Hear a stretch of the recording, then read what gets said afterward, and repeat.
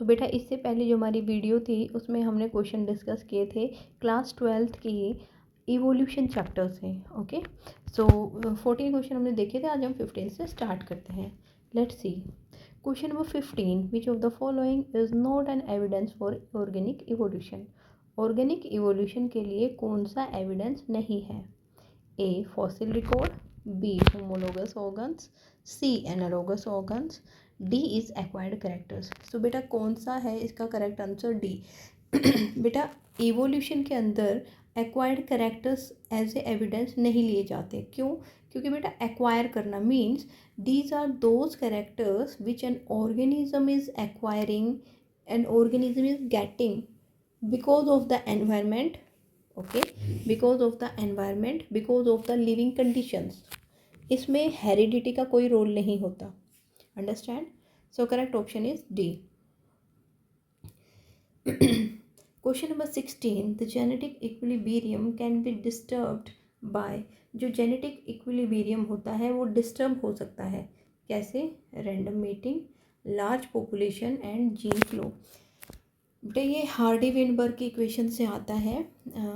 एक बार हम जल्दी से देखते हैं। मान लीजिए ये दो एरिया हैं, इसका नाम है एरिया ए, इसका नाम है बी। हम इनको बोल सकते हैं population A and population B. Population के ए के अंदर जितने भी ऑर्गेनिजम्स हैं, हम अंडरस्टैंडिंग के लिए मान लेते हैं 100 ऑर्गेनिजम्स हैं। ओके, सो अगर इस पॉपुलेशन में से कुछ ऑर्गेनिज्म, कुछ इंडिविजुअल कहाँ चले जाएं? बी पॉपुलेशन में। मान लीजिए 20 यहाँ पे चले गए, तो 100 में से 20 गए तो यहाँ पे तो 80 बच गए, और यहाँ पे कितने हो गए, कितने इंक्रीज़ हो गए? 20 इंक्रीज़ हो गए। ओके, जितने भी इसमें इंडिविजुअल थे, मान लीजिए यहाँ पे 200 इंडिविजुअल थे, तो इनके आने से ये कितने बन जाएंगे? 220।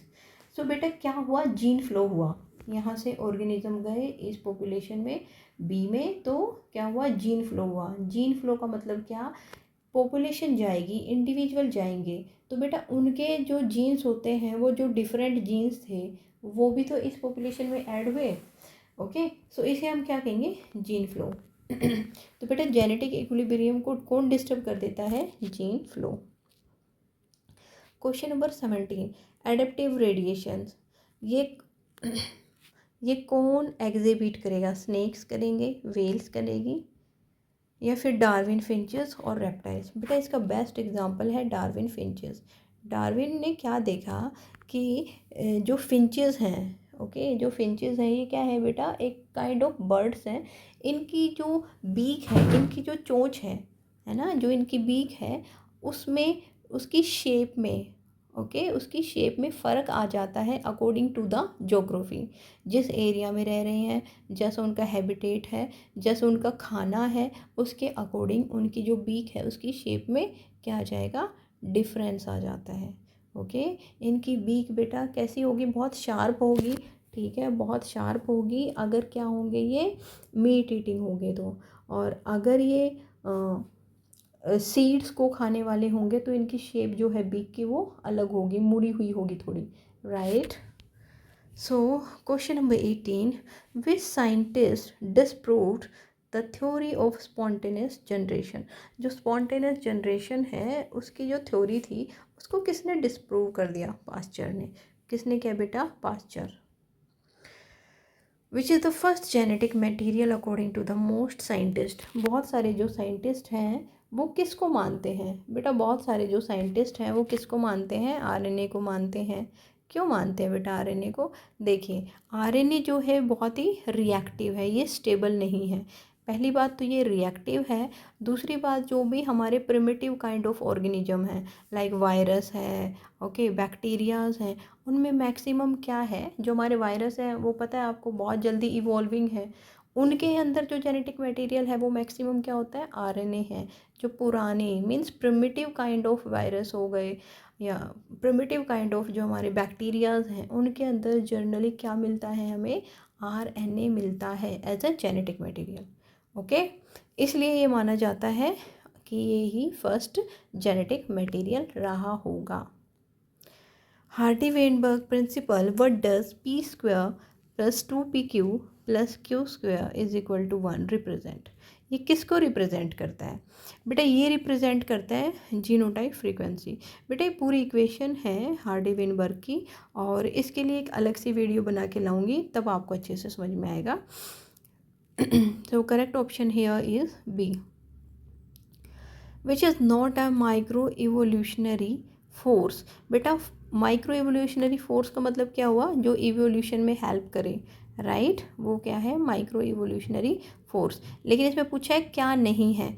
ए option is natural selection, B gene flow, C genetic drift, then D is polyploidy. So बेटा क्या नहीं है? पॉलीप्लॉइडी क्या है? इवोल्यूशनरी फोर्स नहीं है। Okay, now question number 22, homologous structure in 4 limb of vertebrates indicate. बेटा मैंने आपको बताया था, देखो एक होता है एनालोगस, एक होता है होमोलोगस। होमोलोगस का मतलब क्या हुआ कि इनकी जो एंसेस्टर है वो सेम है, इनके जो एंसेस्टर हैं वो सेम है। इट मीन्स इनकी जो एनाटमी होगी वो सेम होगी, सेम एनाटमी होगी, और फंक्शंस डिफरेंट होंगे, राइट। होमोलोगस ऑर्गन्स में क्या होगा? एनाटमी सेम होगी और फंक्शन डिफरेंट होंगे। ओके, और क्यों एनाटमी सेम है? क्योंकि बेटा ये कहाँ से आए हैं? कॉमन एंसेस्टर से आए हैं। अब जो कॉमन एंसेस्टर से आते हैं तो वो कौन से इवोल्यूशन के उससे आते हैं? ये आते हैं डाइवर्जेंट। किससे आते हैं बेटा? डाइवर्जेंट। डाइवर्ज का मतलब एक जगह से बहुत सारी जगह में फैलना, राइट। तो ये डाइवर्जेंट बोला जाएगा। ओके, एनालोगस में क्या होगा? इसका अपोजिट। इट मीन्स इनके जो एंसेस्टर हैं वो सेम नहीं है, इट मीन्स इनका जो एनाटमी है वो सेम नहीं है, but their function is same, उनका फंक्शन सेम है। इसको क्या बोलेंगे बेटा हम? कन्वर्जेंट। ओके, ये डाइवर्जेंट था, ये कन्वर्जेंट। डिफरेंट होके भी एक पॉइंट पे आके मिल रहे हैं, ओके, उसको क्या बोलेंगे? Convergent. Now, which of the following provide direct evidence of evolution? बेटा फॉसिल जो है आपके कभी भी किसी भी कम्पिटिटिव एग्जाम में क्वेश्चन आए, फॉसिल से बेस्ट कोई भी इवोल्यूशन का एविडेंस नहीं देता। Fossils are the most important evidence of evolution, right. Now question number 24, age of fossils is best determined by बेटा रेडियो कार्बन डेटिंग। ओके, जो रेडियो कार्बन डेटिंग होती है वो सबसे बेस्ट मेथड है फॉसिल्स की एज का पता लगाने के लिए, राइट। अभी मैंने आपको बताया था divergent evolution and convergent. Divergent का मतलब क्या हुआ बेटा? एक एंसेस्टर से, जस्ट अ मिनट, इन्होंने डाइवर्जेंट इवोल्यूशन पूछा है। इट मीन्स उनके एनाटमी सेम होनी चाहिए और उनका डिफरेंट फंक्शन होना चाहिए। ओके, तो बेटा इसका सबसे बेस्ट एग्जांपल क्या है? Flippers of penguin and